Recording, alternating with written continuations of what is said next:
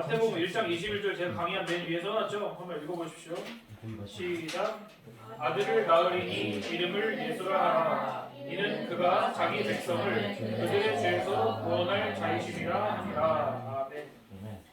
자, 우리가 뭔 얘기를 하다 마쳤습니까? 인간 모두가 죄인이다. 인간 모두가 죄인이다. 아주 심각한 얘기를 살펴보고 있었습니다.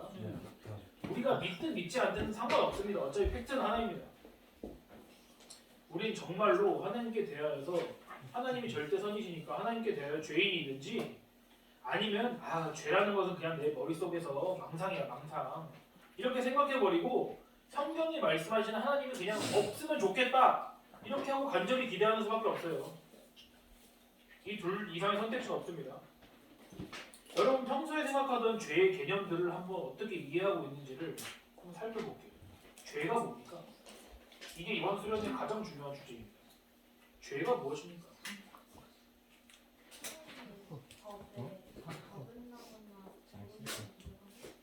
우리 부인이는 아주 웨스트민스터 신앙고백서를 잘 외우고 있는 거죠. 하나님의 법에 부족한 거나 어긋난 거. 자, 조금 더 실질적으로 생각해보죠. 피부에 와닿게. 어차피 여러분 말하는 건 정답 없습니다. 이 부인처럼 웨스트민스터 신앙고백서를 인용해서 말하는 사람은 정답일 수 있겠지만 여러분 생각하는 죄가 뭔지 한번 말해보세요. 죄.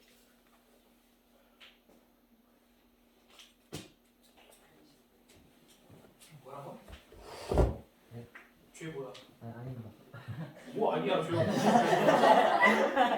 좋은 거. 그거 진짜 말하냐?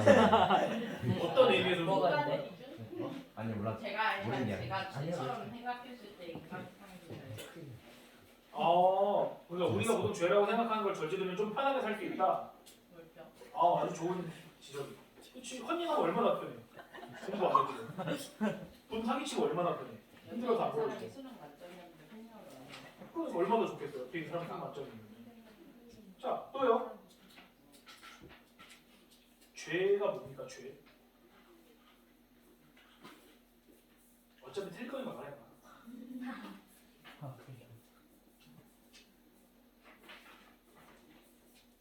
자, 죄. 내가 제일 좋아하는 그건 아주 의미심장한 말입니다. 죄. 내가 좋아하는 거. 자, 우리가 내가 이제 이거를 얘기하려던 거에서 약간 빈도가 벗어났지만은 죄는 있잖아요. 예를 들면 이런 거예요. 하윤이 말도 묶어보면은 죄를 내가 안 지으면 나한테 불편한 거예요. 불편한 거. 그러니까 죄를 지으면은 뭔가 내가 조금 더 살 때 편해질 수 있는 거죠. 나한테 이득이 되는 거잖아요. 또는 죄라는 거를 뭐 여러분이 생각한 찰지 모르겠지만 뭐 사람을 죽이는 거라든지 강도질하는 거라든지 도둑질한다든지 사기친다든지 이런 것들을 종합해 보면은 결국엔 죄라는 거는 나한테 피해를 주는 걸 말하는 거잖아요. 그렇죠? 또는 내 이득을 방해한다든지 표면적으로는 여러분이 이렇게 생각 안 할지라도 결국 우리 머릿속에서는 죄라는 거에 대해서 이런 식으로 생각을 한단 말이에요. 예를 들어서 여러분 부모님이 피해를 받으면 누가 속상합니까? 부모님. 부모님도 속상하지만 누가 속상해요? 가족. 가족이 속상하죠. 나를 포함한 가족이겠죠. 자연을 볼게요. 자연을 파괴하면 자연이 아픕니까? 자연이 아예 합니까? 지구가 아파요. 지구가 아파요. 그거 있잖아요. 자연에 무슨 지성이나 감성이 있어서 고통을 느끼나요? 자연이? 인간이 자의적으로 그렇게 해석하는 것 뿐이지 결국에 실질적인 고통을 느끼는 것은 인간이 고통을 느낀다고 해요. 그러니까 자연이 앞배우 같은 캠페인 문구를 만드는 거죠. 제가 살펴보고 싶은 문제가 바로 이거예요. 우리는 왜 그토록 우리 자기 중심적이냐? 왜 우리 자신에게 이렇게 집착하느냐? 이게 지금 살펴보고 싶은 겁니다. 왜 내 자신은 그렇게 보호받고 관심받고 사랑받아야만 되나요? 왜 나는 나를 사랑하나요? 이게 자연스러운 일일까요? 하나님께서 애초에 인간을 이런 식으로 만들어 놓으셨을까요? 그게 내가 물어보고 싶은 거예요. 보세요. 어느 교회와 상관없이 자기 자신을 사랑하라고 가르치는 교회는요, 그건 거짓된 교회입니다. 교회와 구별해서 반대 개념 우리가 세상이라고 표현해 볼게요. 세상에서는 여러분 자신을 미워하라는 말을 한 번이라도 여러분 들어봤어요? 당신 자신을 미워하세요 이런 말 들어봤어요? 세상에서는 그런 말 절대 안 해요. 온통 당신을 아끼세요. 당신은 소중합니다. 당신은 사랑받기 위해 태어난 사람입니다. 이렇게 얘기하지. 이런 말들을 매일매일 나한테 해주면서 내가 얼마나 소중하고 사랑스러운 존재인지를 매일매일 확인하라고 우리한테 소리치는 게 세상이라고요. 근데 우리의 관심은 성경입니다. 성경도 우리한테 그렇게 말할까? 아니요. 아니에요. 성경은 왜 그렇게 반말해요? 아까 성경의 하나님이 어떤 하나님이라고 했습니까? 1차적으로. 아까 무슨 하나님에 대해서 어떻다고 말했잖아요. 무자비하다. 조금 그 말을 세련되게 다듬으면 하나님은 의로우신 분이라고 해요. 공의로우신 분이라고. 근데 이거는요 좋은 소식일까 우리에게? 아니요. 왜요? 왜 좋은 소식이 아닙니까? 왜냐하면은 제가 천국에 못 가기 때문입니다. 그거는 결과적인 말이죠. 왜냐하면 결과적으로 제가 벌을 받아야 되기 때문에. 더 원칙적인 말을 지금 하고 있는 건 뭐냐면은 하나님께서 선하신 게 우리에게 왜 기쁜 소식이 아니냐? 우리는 선하지 않으니까. 우리는 죄인이고 하나님은 의로우시다. 이게 얼마나 무서운 팩트인지 압니까? 의로운 존재라는 것은 불의한 존재랑 같이 살 수가 없어요. 그 중에 강한 쪽은 반드시 다른 한쪽을 완전하게 제거해버리지 않으면은 평안을 누리지 못하거든요. 아니 전도사님, 근데 저희가 뭘 그렇게 잘못했길래 이렇게 겁을 주시는 거죠? 이렇게 여러분 물어볼 수도 있습니다. 제가 아까 말했습니다. 저희에게 공포심을 주는 것은 제가 아니라 성경의 말씀입니다. 진리라고. 우리가 믿든 믿지 않든 우리 인간에 대해서 성경이 말씀하고 있는 것입니다. 너희는 죄인이다. 아니 죄에 집중하는 것보다도 하나님의 사랑에 집중하는 게 좀 더 낫지 않나요? 처음 교회 나온 사람들 그렇게 얘기하면 다 도망갈 것 같은데요. 그렇죠? 제가 왜 이토록 죄 이야기에 집중을 하며 여러분을 왜 죄인이라고 몰아가는지를 얘기를 드릴게요. 그 이유를. 이게 바로 이번 수련회에서 가장 중요한 말씀입니다. 다시 마태복음 1장 21절 거기 아까 읽은 말씀 보세요. 왜 우리가 그토록 죄인지를 깨달아야 되는지를 여기서 찾을 수 있습니다. 답을. 함께 읽습니다. 시작. 아들을 낳으리니 이름을 예수라 하라. 이는 그가 자기 백성을 그들의 죄에서 구원할 자이시니라 하니라. 네. 제가 여러분한테 죄에 대해서 이렇게 심각하고 장황한 설명을 왜 늘어놓느냐면 그렇게 해야만 여러분은 예수 그리스도를 찾기 때문에요. 그런 거예요. 오케이? 이번 2023년도 중고등부 전체 주제 말씀 뭔지 압니까? 주보에 써 있는 거? 아니요. 좀 생각 좀 해보면. 진짜 재밌네요. 요한복음 17장 3절 말씀입니다. 아세요? 알아요.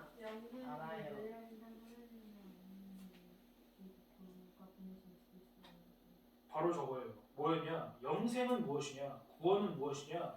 유일하신 참 하나님과 그가 보내신 자 예수 그리스도를 아는 것이다. 예수 그리스도를 아는 것이 영원한 생명, 구원이라고 성경이 말씀하고 있습니다. 그런데 그 전에 우리가 본 마태복음 1장 21절에서 예수님께서 왜 이 땅에 오셨다고 했습니까? 제가 여러분 의식의 흐름을 잘 따라가라고 막 왔다 갔다 안 하게 거기 쭉 적어놨습니다. 그가 자기 백성을, 예수님께서 자기 백성을 그들의 죄에서 구원하려고 오셨다고 말씀하고 있는 거예요. 성경이. 근데 여러분 중요한 말을 합니다. 예수가 누구신지 안다는 것은 곧 무엇을 아는 것과 똑같은 말이겠습니까? 나의 죄. 그렇지. 예수님께서 누구신지 안다는 말은 내 죄가 무엇인지 안다는 말이랑 똑같은 말이에요. 알겠어요? 그러니까 우리 구원은 우리가 우리 죄가 무엇인지 얼마나 깨닫느냐, 그리고 예수님께서 그 죄를 없애시기 위해서 무엇을 하셨는가를 얼마나 깨닫느냐에 달렸다고요. 구원이. 그것이 바로 하나님께서 자기가 구원하기로 마음 먹으신 백성들에게 하시는 일입니다. 뭐를요? 죄가 뭔지를 알려주신다고요. 요한복음 16장 7절에서 8절 거기 적어놨습니다. 그러나 내가 너희에게 실상을 말하노니 내가 너희에게 진짜를 말해줄게. 내가 떠나간 것이 너희에게 유익이라. 내가 가는 것이 너희들 유익이야. 왜냐? 지금 예수님이 제자들을 떠나기 전에 말하는 것입니다. 내가 떠나가지 않으면 보혜사가 너희에게로 오시지 아니할 것이다. 보혜사가 누굽니까? 성령. 보혜사가 예수님의 영, 하나님의 영이신 성령님입니다. 내가 떠나가지 않으면 보혜사 성령님께서 오시지 않을 거야. 하지만 내가 가면 내가 그를 너희에게로 보내리니 내가 가서 성령님을 너희에게 보낼게. 그러면 여러분 잘 보십시오. 성령님께서 오시면 무슨 일을 하시는지 그가 와서 죄에 대하여, 의에 대하여, 심판에 대하여 세상을 책망하시리라. 보혜사 하나님의 영인 성령님을 말씀한다고 했습니다.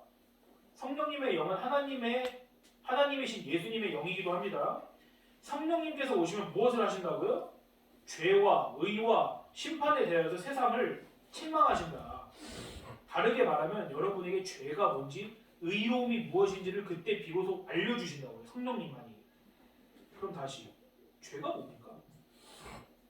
한 가지 확실한 건 그냥 사람을 좁혀거나 죽이거나 빼앗거나 사기를 치거나 거짓말하거나 배반하거나 이런 것만 죄가 아닙니다, 여러분. 이런 것들은 죄지만 죄의 뿌리가 아니라 죄의 열매이죠, 열매. 우리가 건드려야 되는 건 죄의 뿌리입니다, 뿌리. 죄는 불순종입니다. 죄는 교만입니다. 이런 뻔한 얘기는 하지 말고요. 죄가 진짜 무엇을 의미하는지를 여러분에게 얘기해 주겠습니다. 우리는 죄가 언제 들어왔는지부터 살펴볼 필요가 있어요. 창세기에 보면 여러분 잘 알듯이 하나님의 금지 명령이 나옵니다. 금지 명령. 첫 금지 명령. 무엇입니까? 성악가. 그렇죠. 저거예요. 맞아요. 창세기 2장 16절에서 17절 읽어드립니다.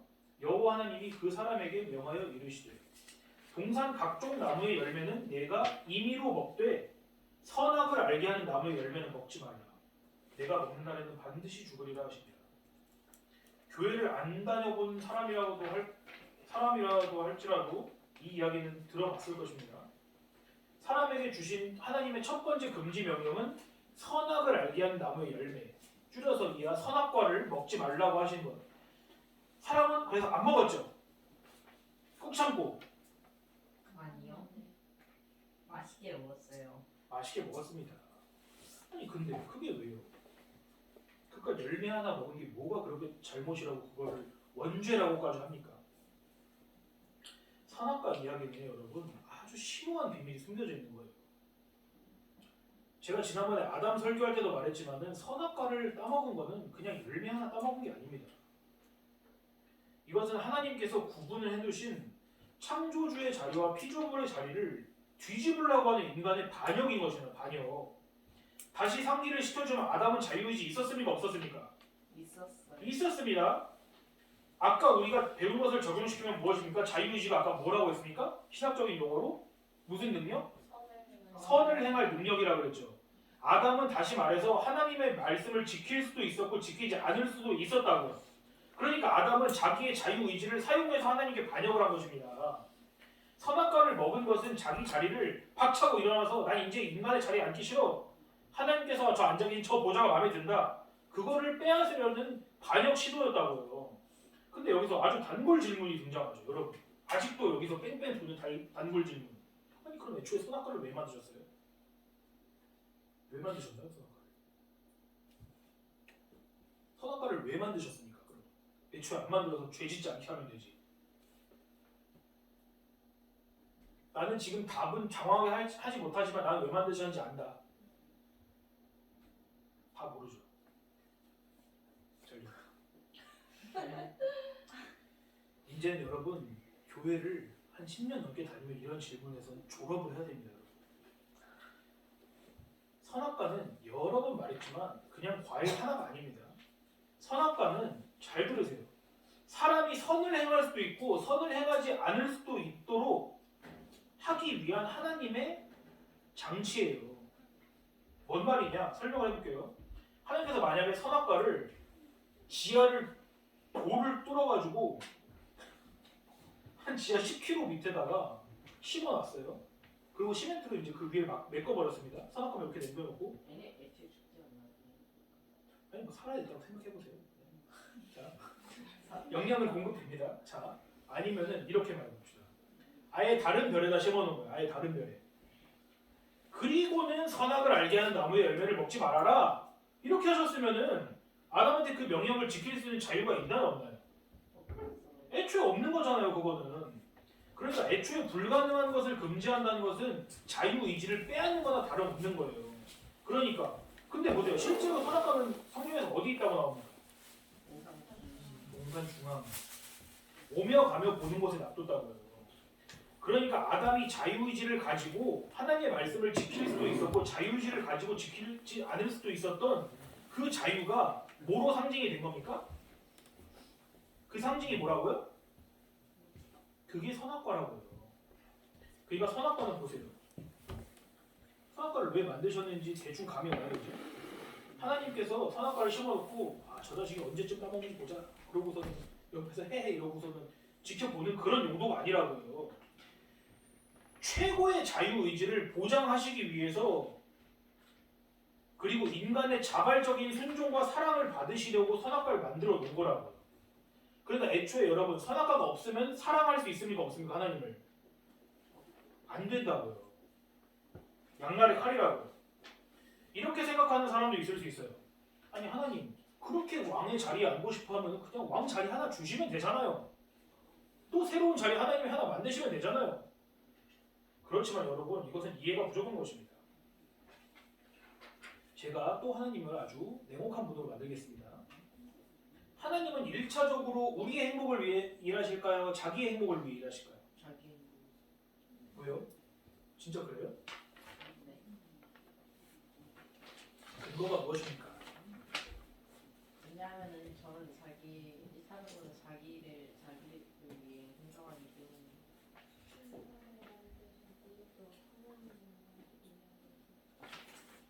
자, 잘했습니다. 우리가 원하는 하나님을 너무 머릿속에 꽉 잡고 있어요. 하나님은 사랑이 많으시고 늘 용서하시고 늘 품어주시고 물론 하나님은 그렇게 하십니다. 자기가 택한 백성에게만. 지금 그걸 얘기하는 게 아니라 하나님은 1차적으로 인간의 영광이 아니라 자기 스스로의 영광을 위해 일하시는 걸 여러분 알아야 돼요. 그게 성경을 바르게 이해하는 길입니다. 이사야서 42장 8절에 이렇게 써 있습니다. 나는 여호와이니 이는 내 이름이라. 나는 내 영광을 다른 자에게 내 찬송을 우상에게 주지 아니하리라. 좀 놀랍죠? 하나님께서 늘 퍼주고 베푸시는 분인 줄 알았는데 아닙니다. 저는 여러분이 그런 환상 속에서 허우적대다가는 불행해진다는 걸 알고 있기 때문에 여러분에게 그 생각을 뿌리 뽑기를 원합니다. 하나님께서는 그 누구보다도 자기 자신의 영광을 위해 일하시는 분이에요. 하나님은. 왜냐? 우리 인간이야 보잘것없는 자기 영광을 다른 사람들이랑 조금 나눌 수가 있겠죠. 줘도 그만 안 줘도 그만이니까. 그렇지만 하나님께서는 자기의 영광이 그 무엇과도 비교할 수 없는 것이기 때문에 절대로 다른 존재에게 자기 영광을 넘겨주지 않으신다고요. 본질적으로.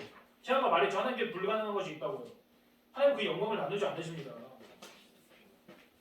지금 여러분 마음에 드는 그 찝찝한 거, 불쾌한 거, 하나님은 이렇게 이기적인 분이야. 그 질투심, 그게 바로 아담을 선악과를 따먹도록 만든 원인이에요. 내가 그 보좌에 앉으리라. 이게 바로 원죄의 내용입니다. 자기 자리를 지키지 않은 것, 하나님보다 자기 자신을 더욱 사랑하는 것, 자기 사랑, 이게 다 무엇과 동의어일까요? 무엇과 동의어일까요? 자기 자리를 지키지 않은 것, 하나님보다 자기를 사랑하는 것, 자기 사랑. 용서요? 우상? 우상이 가장 근접한 말이 그거보다 더 본질적인 말이 있어요. 교만보다 더 본질적인 말. 제 질문을 못 들었어요. 자, 자기 자리를 지키지 않은 것. 피조물이 하나님의 자리를 역행해서 올라가려고 반역하는 것. 하나님보다 자기 자신을 사랑하는 것. 그게 우리가 찾고 있는 거의 답이잖아요. 이게 죄예요. 이게 죄의 본질입니다. 여러분. 죄의 교만 우상 다 잘했습니다. 아이러니한 일이지만은 인간은 하나님의 보좌에 올라가려고 하자마자 보좌를 차지하지도 못했을 뿐만 아니라 원래 있던 자기 자리에서도 추락했어요. 그 말은 뭐냐? 자유의지를 상실했어요. 이제는. 그래서 아까 내가 여러분에게 똑똑하시 진흙이라고 한 것입니다. 선을 행할 능력을 상실했다고요. 아담 이후로는. 그 말은 무엇이냐? 이제 인간들은요 하나님을 기쁘시게 할 능력을 완전하게 잃어버렸어요. 완전하게. 하나님을 늘 슬프시게, 늘 진노에 빠뜨리도록 할 능력밖에 우리에게 남지 않았다고요. 이게 바로 우리 수련회의 주제 튤립의 첫 번째 가르침이 뭡니까? 밑에 써놓은 거? 전적 타락이라고요. 이게 인간은요 완전하게 타락했습니다. 모든 방면에서 최악의 수준으로 타락했어요. 인간은. 동물들의 이름 누가 지어줬습니까? 아담이 지어줬죠. 그렇게 영광스럽던 인간이 이제는 동물을 피해 다니며 살게 된 거예요. 예전에는요 각종 과일과 곡식으로 인간을 배부르게 해주던 이 땅이 이제는 인간이 땀 흘려서 경작해야지만 인간에게 먹을 걸 주게 됐습니다. 그 대신에 뭘 줍니까? 가만히 놔두면 가시와 엉겅퀴가 나는 그런 저주받은 것이 다 인간 때문에 온 거라고요. 하나님 말씀에 순종했으면 그대로 영광스럽게 영생을 누렸을 인간이 이제는 어떻게 됩니까? 아프고 다치고 병들고 늙고 죽고. 이건 여러분 다 죄의 결과예요. 죄의 결과. 타락으로 인해서. 근데 이것은 최악의 결과가 아닙니다. 최악의 결과는 뭐냐? 하나님과의 관계가 끊어져 버립니다. 옛날에는요 하나님의 목소리를 피해서 숨지 않던 인간이 이젠 벌레처럼 숨게 됐다고요. 죄를 짓자마자. 그래서 어떻게 실질적으로 어떻게 합니까? 이제 인간 제멋대로 판단합니다. 이제 그게 죄의 본질이에요. 자기에게 맞지 않는 하나님의 보좌를 차지한다는 게 그런 부작용을 남긴 것입니다. 인간은 자기가 왕이 아닌데도 불구하고 스스로 판단하고 결정하게 된 거라고요. 저와 여러분 모두. 그 증거가 뭡니까? 선악과를 먹자마자 여러분 어떻게 됐습니까? 그렇죠. 선악과를 먹자마자 옷을 입었다는 건 뭐냐면은 그 전에 다 벌거벗고 있었다는 거예요. 보세요. 여러분 벌거벗으면 여러분 기분 어떻습니까? 여기서 여러분 혼자만 벌거벗고 있다 보세요. 내가 아니라 여러분 자신이. 너무 좋아하는 거 아니야? 너? 아니야. 자, 아니 얼굴 표정이 밝길래 한 소리. 자 보세요. 자, 수치스럽잖아요. 부끄럽다고요. 근데 보세요. 하나님께서 뭐라고 하는지 아세요? 누가 네가 벗은 걸 알려줬니? 그랬어요. 너가 벗은 거 입은 거 지금 어떻게 구별하는 거야? 이렇게 물어보신다고 하나님이. 이건 진짜 여러분 놀라운 말씀이에요. 이거는 우리가 지금은 입은 것은 안 부끄러운 거야, 벗은 거는 창피한 거야, 이렇게 우린 자연스럽게 생각하죠. 에덴에서 인간은 안 그랬다고요. 제가 지금 여러분이 옷 빨개 벗으라고 하는 소리 아닙니다. 무슨 소리를 하는 거냐면은 그 선악의 구분을 이제 인간 자신이 하게 되었다고요. 예전에 하나님만 선악의 구분을 하셨는데 이제 인간은 옷을 벗은 건 악이야, 부끄러운 거야, 옷을 입은 건 선이야, 안 부끄러운 거야, 이게 정숙한 거야, 이렇게 자기 마음대로 생각하게 되었다고요. 그러니까 인간이 자기 몸을 무화과 나무 잎사귀를 엮어가지고 치마를 만들어서 수치심을 가린 거 아니에요.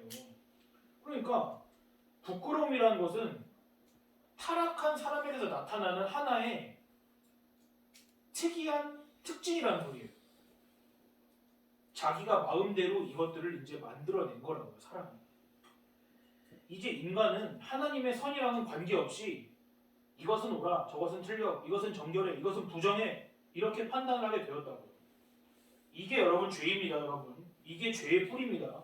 하나님의 판단과는 상관없이 내가 주인이 돼서 스스로 판단하게 된 것. 이것이 여러분 단언컨대 하나님께서 가장 싫어하시는 죄입니다. 살인보다도 하나님 자기 멋대로 한 사람을 더욱 싫어하세요. 살인, 강도, 배신 이런 것들은 내가 하나님이 되어서 내 멋대로 판단하는 그 죄에 비하면 세 발의 피입니다.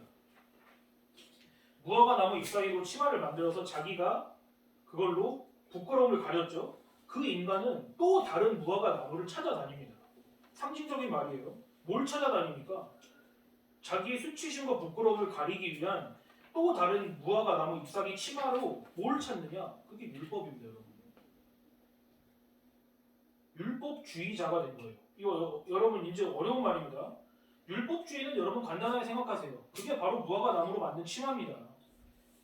무화과 나무로 여러분 치마 만들어 입으면은 안전하게 가려줄까요 우리를? 바람과 햇빛으로부터 막아줄까요? 그렇게 불안전하다라는 거예요. 치마라는 것은 무화과 나무 치마라는 것은 자기를 완전하게 수치심을 가려주지 못할 것을 입고선 하나님 앞으로 나아가려고 하는 게 우리 인간의 역사입니다. 근데 하나님께서 무화과 나무 잎으로 만든 치마를 대신해서 뭘 만들어줬나요? 가지고 가죽 옷을 만들어줬죠. 가죽 옷. 가죽 옷이라는 건 여러분 본질상 어떤 동물의 피 흘림과 죽음을 전제하고 있는 것입니다. 가죽 벗기면 살 수 있나요? 가죽 벗기면 피 흘리고 죽는 게 가죽이에요. 하나님이 보시기엔 그것만이 선이고 그것만이 의로움이에요. 인간 자기의 의는 뭐냐? 무화과 나무로 언젠가 다 널기설기 떨어져가지고 말라 비틀어질 그 옷을 입고 하나님께 나아가는 것인데 하나님께서는 그것을 무화과 나무 잎으로 만든 옷을 없애고 가죽 옷으로 누군가를 죽여서 희생 제물을 가지고 그 옷을 만들었다고요. 왜냐하면 인간은 무화과 나무 잎처럼 자기 능력으로 하나님을 기쁘시게 할 능력을 어떻게 했다? 완전하게 잃어버렸다. 하나님은 뭐만 보시냐? 자기에게 나아오는 사람에게서 단 한 가지의 선만 보세요. 단 한 가지의 선. 뭐냐? 그건 희생 제물의 피만 보는 거예요. 그 사람에게 있는.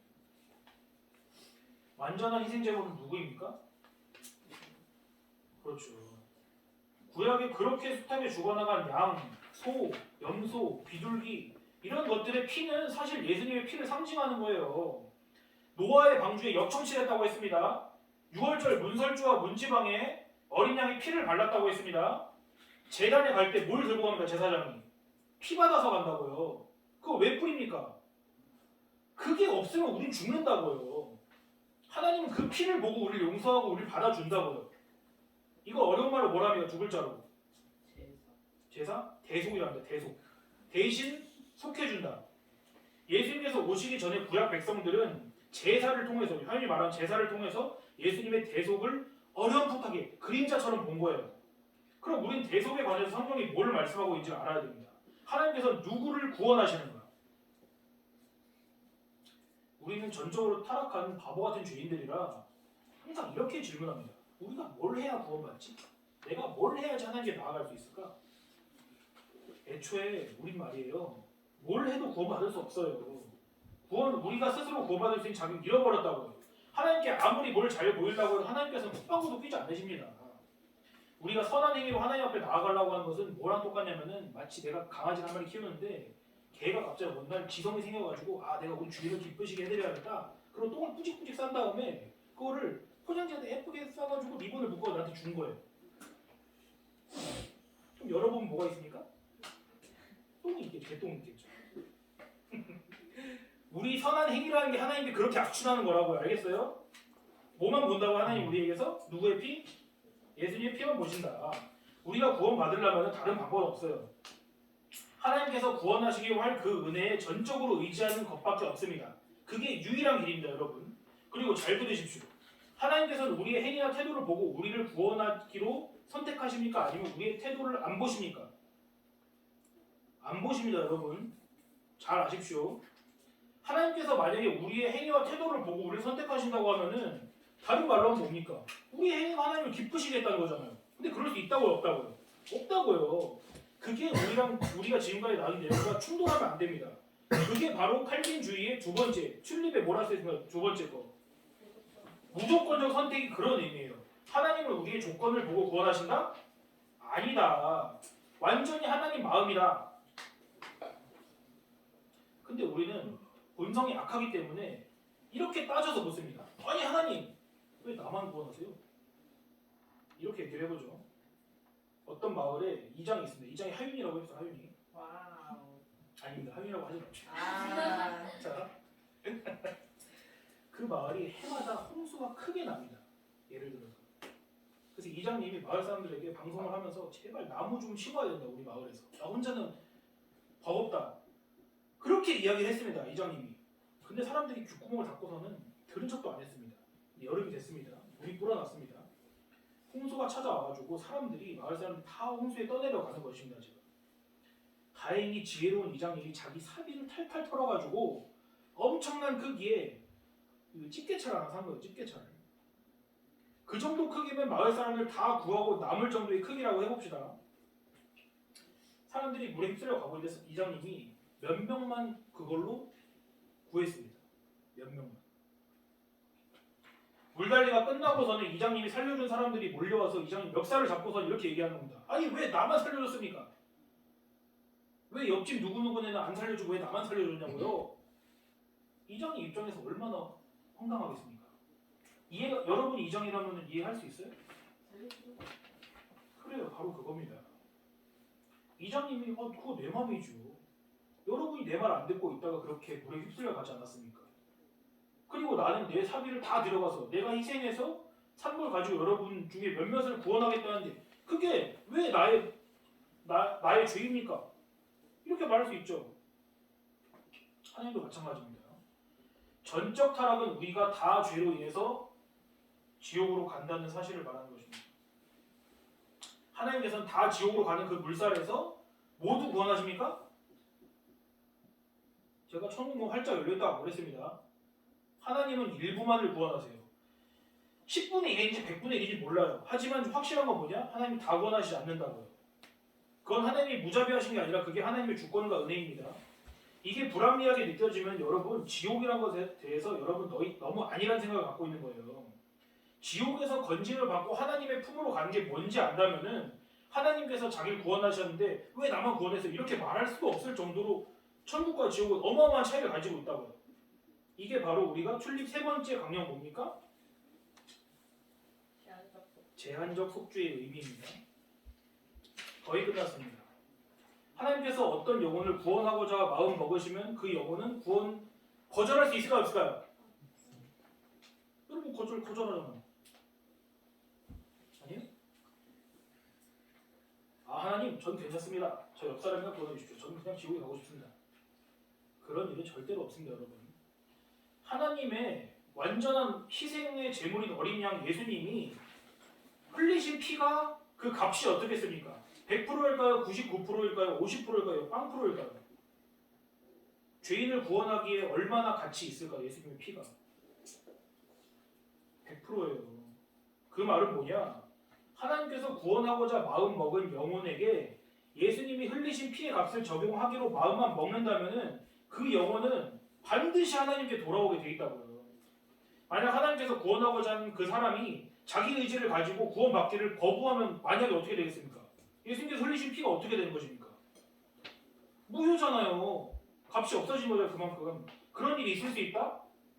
절대 없다. 이게 바로 출림 네 번째 강령인 뭡니까? 저항할 수 없는 은혜. 그리고 마지막 교리가 무엇입니까? 읽어보십시오. 성도의 견인. 이건 견디고 인내한다 이런 뜻으로 이해도 되고 견인차가 끌고 가듯이 그 견인으로 이해도 됩니다. 하나님께서 어떤 영혼을 살리시고자 하는 그 주권, 그 마음 먹으시면은 그게 너무나 완전하기 때문에 중간에 포기하거나 실패하거나 짜증 내시거나 그러지 않는다고요. 한번 구원하고자 하면 하나님은 무조건 끝까지 그 날까지 끌고 가신다고요. 자, 출입 교리 자체를 속도감 있게 지금 끝냈습니다. 왜냐? 첫 번째 강령인 전적 타락의 내용을 여러분이 잘 알고 있으면 그 나중은 굴비처럼 줄줄줄 꿰서 오는 것입니다. 말씀을 이제 정리하겠습니다. 우리는 이미 전적으로 타락해서 하나님으로부터 완전하게 멀어졌습니다. 아담의 때로부터. 저와 여러분의 이야기라고 했어요. 아담의 이야기가. 우린 단 한순간도 가장 큰 계명을 지키지 않아요. 가장 큰 계명이 뭡니까? 너의 마음과 목숨과 뜻과 힘을 다해서 주 여호와 너의 하나님을 사랑하라는 그 계명을 우린 지키지 않는다고요. 오직 우리 자신만을 사랑하는 게 우리 자신이라고요. 하나님의 은혜가 없이는 우리는 그렇게 살다가 영원히 하나님을 사랑하지 않을 곳으로 가는 거예요. 그게 지옥의 의미입니다, 여러분. 그런데 하나님께서 완전한 은혜로, 완전한 주권적인 선택으로 다 지옥 갈 사람들 중에 몇몇 사람을 선택해서 대신 죽어주기로 하셨습니다. 그리고 예수님의 몸을 입으신 하나님께서 희생 제물로서 피를 흘려서 값을 치르셨습니다. 그리고 하나님께서 그 죽으심, 고난, 부활의 값을 적용해 주기로 한 사람은 어떻게 된다? 거절할 수 있다? 거절 못하고 반드시 구원받게 됩니다. 구원받는다는 건 뭔 뜻이라고 했습니까? 영생은 뭐다? 유일하신 참 하나님과 그가 보내신 예수 그리스도를 아는 것이다. 구원받은 영은 예수 그리스도가 누구신지 알게 되고 예수 그리스도를 알게 된다는 것은 뭐를 아는 거랑 똑같다고요?